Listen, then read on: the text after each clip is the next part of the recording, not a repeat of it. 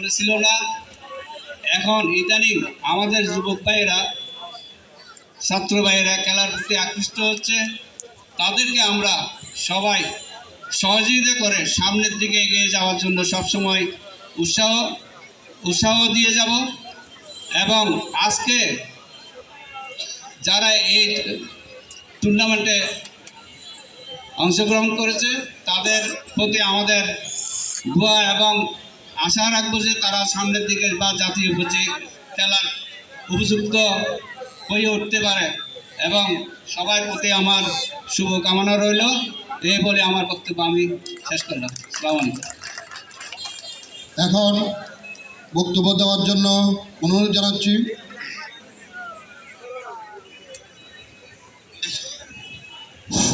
সম্মানিত উপস্থিতি, আমাদের আজকে যিনি প্রধান অতিথি ছিলেন, আপনাদের সকলের প্রিয় ব্যক্তিত্ব,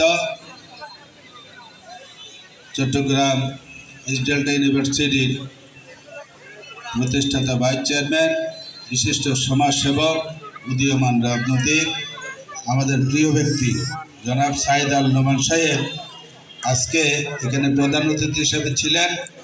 অত্যন্ত দুঃখের বিষয়, ওনার বাচ্চাটি দুর্ঘটনায় এখন হাসপাতালে আছে, সে কারণে উনি আসতে পারেন নাই বলে আমি দুঃখ প্রকাশ করছি।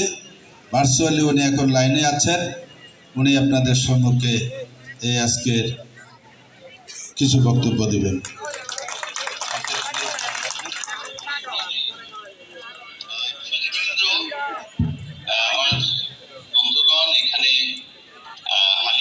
থানা এবং সংশ্লিষ্ট ওয়ার্ডের বিএনপির নেতৃবৃন্দ, যুব দলের নেতৃবৃন্দ, বিএনপির নেতৃবৃন্দ, সকল অঙ্গ সংগঠনের যারা এখানে উপস্থিত আছেন, আমার বাবার প্রিয় নেতা কর্মীরা, সাথে কিশোরগঞ্জ যুব ফোরামের উদ্যোগে